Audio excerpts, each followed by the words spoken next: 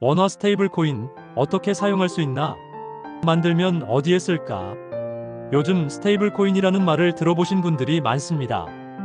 코인 시장에서 폭락과 폭등이 반복될 때 유독 한 코인만은 가격이 거의 변하지 않는 걸 본 적 있으실 겁니다. 바로 스테이블 코인입니다. 그런데 그 중에서도 원화, 즉 한국 돈으로 만든 스테이블 코인을 만들자는 이야기가 점점 구체화되고 있죠. 오늘은 이 원화 스테이블 코인이 실제로 가능할까, 그리고 만들어진다면 어디에 쓰이게 될까를 차근히 이야기해 보겠습니다. 스테이블 코인, 이름 그대로 안정적인 코인. 스테이블 코인은 말 그대로 안정된 가격을 목표로 만들어진 디지털 자산입니다. 보통 달러에 1대1로 연동되어 있죠. 예를 들어 USDT, USDC 같은 코인이 대표적입니다.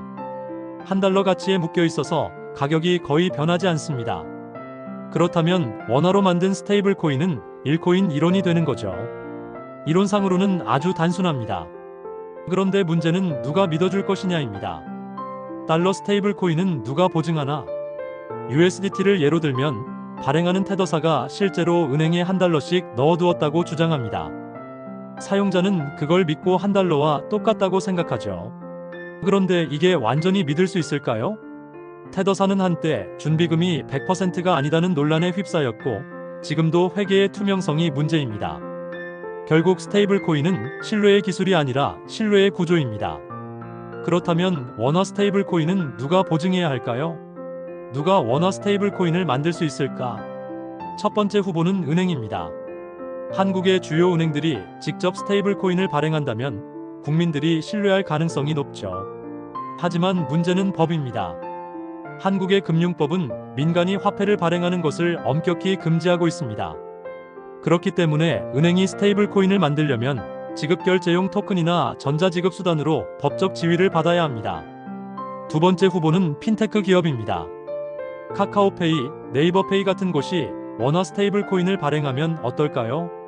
편리하겠지만 여기에도 같은 법적 제약이 따릅니다. 결국 정부의 허락, 즉 제도화가 필요하죠. 원화 스테이블 코인 어디서 쓸 수 있을까? 만약 제도적으로 가능해진다면 사용처는 아주 다양합니다. 첫째, 해외 송금입니다.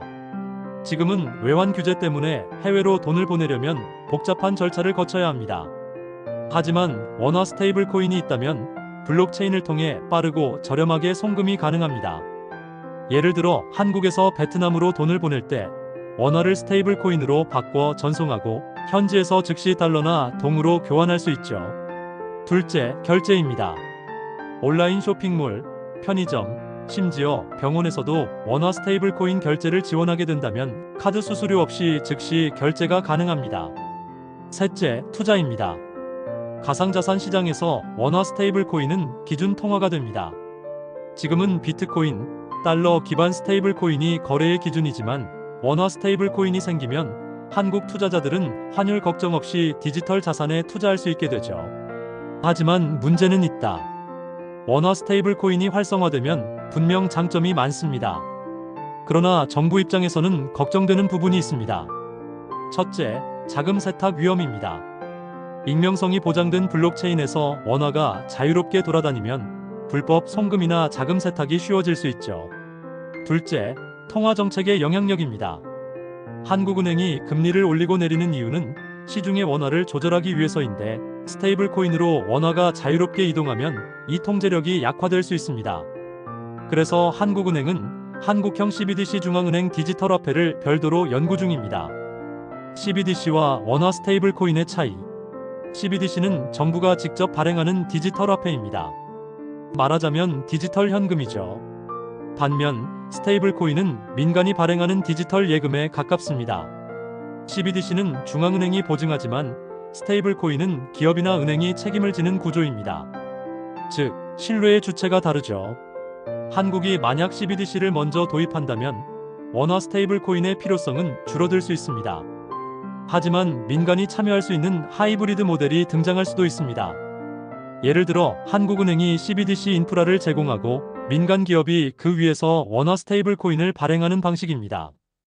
이런 형태라면 정부의 통제와 시장의 효율이 모두 살아나겠죠. 이미 움직이고 있는 나라들. 싱가포르는 MAS 통화청과 민간 스테이블 코인 발행을 허용하고 기준을 명확히 했습니다. 일본도 2024년부터 법적으로 스테이블 코인을 인정했습니다. 미국은 연방 차원에서 은행이 발행할 수 있도록 제도를 손보고 있고요. 이런 흐름은 명확합니다. 법의 테두리 안에서 신뢰받는 디지털 화폐를 만들자는 거죠. 한국도 이 흐름을 피할 수 없습니다. 조만간 원화 스테이블 코인 법안이 등장할 가능성도 충분합니다. 미래의 결제, 현금이 아니라 코인. 몇 년 뒤엔 이렇게 될 수도 있습니다. 편의점에서 물건을 사고 휴대폰을 대면 결제되었습니다. 그 결제 수단이 원화 스테이블 코인인 거죠. 지금의 체크카드와 다를 바 없어 보이지만 그 뒤에서는 은행이 아니라 블록체인이 작동합니다. 거래는 즉시 완료되고 수수료는 거의 없습니다. 그때가 되면 은행이라는 존재의 의미도 바뀔 겁니다. 돈을 보관하는 곳이 아니라 신뢰를 관리하는 기술 기업으로 변신하게 되겠죠. 결론적으로 원화 스테이블 코인은 단순한 기술이 아닙니다. 돈의 주권을 어떻게 설계할 것인가 하는 문제입니다. 국가가 주도할지, 민간이 혁신할지, 혹은 두 세력이 손을 잡을지. 이건 단순한 코인 이슈가 아니라 대한민국 금융 시스템의 다음 단계로 가는 선택의 문제입니다. 우리가 주목해야 할 건 기술이 아니라 신뢰의 구조, 그리고 통제의 균형입니다. 원화 스테이블 코인은 그 두 가지를 동시에 시험하는 새로운 실험이 될 겁니다.